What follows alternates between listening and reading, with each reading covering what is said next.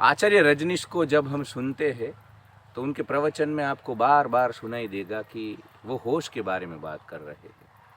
आचार्य बात कर रहे हैं कि होश से जिए, होश से चले, होश से संसार में विचरण करें। तो हमें लगता है कि होश को क्यों इतना महत्व दे रहे हैं। हमें लगता है कि क्या हम सोए हुए हैं, हम होश में नहीं हैं। तो और काफ़ी सारे ओशो सन्यासी को भी मैं देखता हूँ जो कि इसकी एक अलग ही व्याख्या करते हैं। वो बोलते हैं कि आचार्य बोल रहे हैं कि वर्तमान में रहो, चारों ओर जब आप कहीं पे चल रहे हो तो उसी जगह पे रहो, उसी क्षण में रहो, पूर्णता से जियो। इसको आचार्य होश बोल रहे हैं। तो इसको आचार्य होश नहीं बोल रहे हैं। निश्चित ही आचार्य उस लक्ष्य की ओर हमें ले जाना चाहते हैं जहाँ पे हम वर्तमान में जिए, पूर्णतः इसी क्षण में जिए, परंतु वह होश के बारे में वो बात नहीं कर रहे हैं। और आप कितना भी प्रयास करो, मैं काफ़ी सारे ओशो सन्यासियों को देखता हूँ कि वो मतलब ऐसे प्रयास करते हैं कि यहीं रहे, वो धीरे धीरे चलेंगे, ऐसे धीरे धीरे बोलेंगे, पर वो एक मिथ्या दम्भ है। इस प्रकार आपका मन कभी रुकेगा नहीं।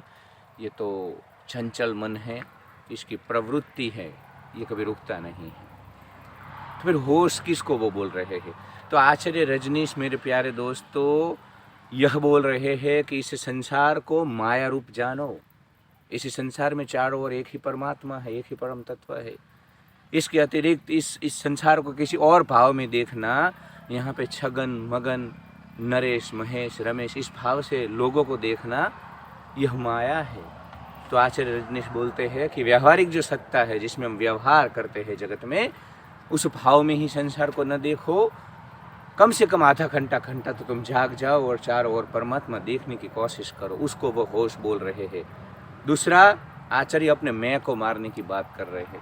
आचार्य बोलते हैं कि जब तक तुम मैं भाव में हो, जब तक तुम कुछ बने बैठे हो, जब तक तुम अपने कुल से जुड़े हो, अपने समाज से जुड़े हो, अपनी राष्ट्रीयता से जुड़े हो, तुम कभी भी अस्तित्व को उसके मूल रूप में नहीं देख पाओगे।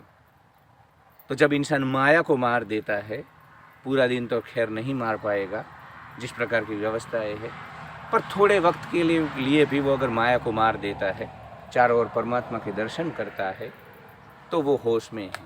वो अपने मैं भाव को मार देता है, अपने भीतर परमात्मा को देखता है, चारों ओर परमात्मा को देखता है।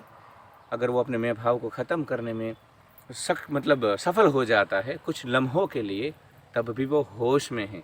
और दोस्तों, जब इस प्रकार का होश जग जाता है इंसान में, थोड़ी देर के लिए शुरू में, बाद में ये वक्त लंबा जाता है, क्योंकि इसी होश में तुम जीवन के पूर्ण आनंद को पाते हो और फिर तुम्हारे लिए एडिक्शन बन जाता है। तुमको ही मज़ा आने लगता है कि मुझे चारों ओर माया को नहीं देखना है, मुझे चारों ओर परमात्मा को देखना है। तो तुम ऐसे करते जाओगे तो स्वतः ही वर्तमान में रहोगे, जहाँ हो वहाँ रहोगे, सारी चिंता मिट जाएगी, सारे तनाव मिट जाएंगे। तो आचार्य इसी होश के बारे में बात कर रहे हैं।